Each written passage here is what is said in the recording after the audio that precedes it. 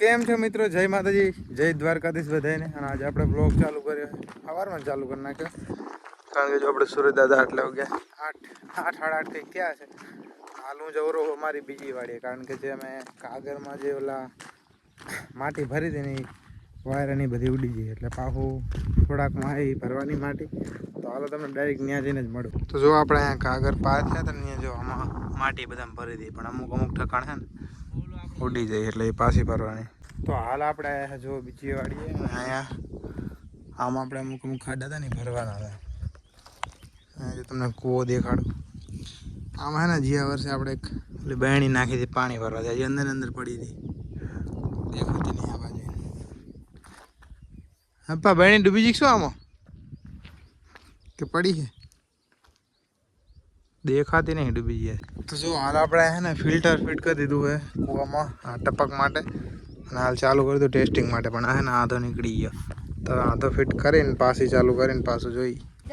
તો ગાઈસ આમાં ઠેકલા જોવાય કરે ચમ પડ્યા હો એ આબુની બારે બની આબુ આ જો દોડી સાવ એ આ કાટ અડે બાર જો મારા યાસ કો આપણે આપણા વાળી બાધા હતા ને અમારા વામી નહીં પડ્યા. તો અત્યારે કંઈક 12 જેવો વાગી ગયા ને બહુ લાગી. પપ્પાની જ્યાં હે થોડાક કામથી મમ્મી બહાર જાય નહીં, અમે એમની વાટ જઈને બેઠા આવે ને એટલે જમવા બેસી. તો જો ગાઈસ 10 વાગ્યાના ગયા ને હવે આયા ચાના વાટ જોઈ. હા એટલે અમે ચારના વાટ જોઈ છીએ. શું કે ભાઈ શું કે માથે ના બોલી એવું જાગી જાય ચીઠેલી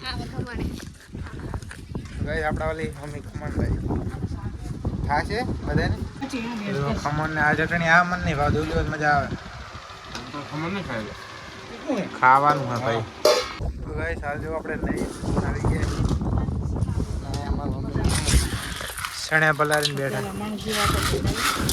શું કરે આ બીજાને હે શું કરો જોરા કડી પર અમે શું કરી તો કે તો સણિયાનો કરમુરો સણિયાનો કરમુરો આના ગરમ કરી પાણી તેલ દી પાણી ને તેલ એમ જાને શું થાય દાળ હારી બની. અચ્છા દાળ થોડો ને ઘણો નાખો આમ નથી આવડે નાખતા.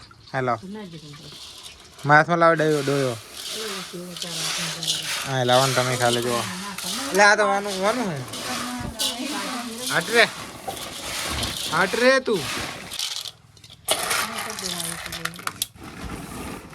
જો ગાઈસ તો કટું ભરીને સણ્યા હે એટલા 2 મણ જેવા છે ને 2 મણ જેવા છે ને પૂરા 2 મણ. તો જુઓ સાંજના 6 કંઈક વાગી ગયા હે, કામ ધંધો નહીં ને અમારા નીતિનભાઈ જો અહીંયા નહીં ધોઈને એમને ફરે, અમે નહીં ધોઈને આટા મારી, કારણ કે કંઈ કામ જ નહીં વરસાદ નહીં થયો એટલે હજી વાવણી આપણી બાકી છે. અને આજે અમારા મમ્મી ખાટલો ઢાર્યો હોય. હવે આ ખાટલો હોય ને 5-6 ડાયરેક્ટ જમવાનું થાય ને એટલે આ ખાટલો પોતાના મમ્મી તારે છે બધા વાર કરવા. બાકી જો હાલનો માહોલ ઠંડો છે અને પવન બહુ છે. મારો અવાજ તમને નહીં આવતો એટલો બધો. અને હજી એક તમને દેખાડું વ્યક્તિ જોતા આવે ફૂલે જવો હેસકામ બેઠો હેસકો બાંધે ચમ કરું જો માં ટકન આવે રૂ એ આ બાજુ તાકે જો ટકન. તો જો આપણી વાડીના વામીના બધા ફ્રેન્ડ આયા હે. એ વામી આમ તક તારા ફ્રેન્ડ આયા જો તો રમાડવા આયા હે જો હોઈને ઉઠીને એટલે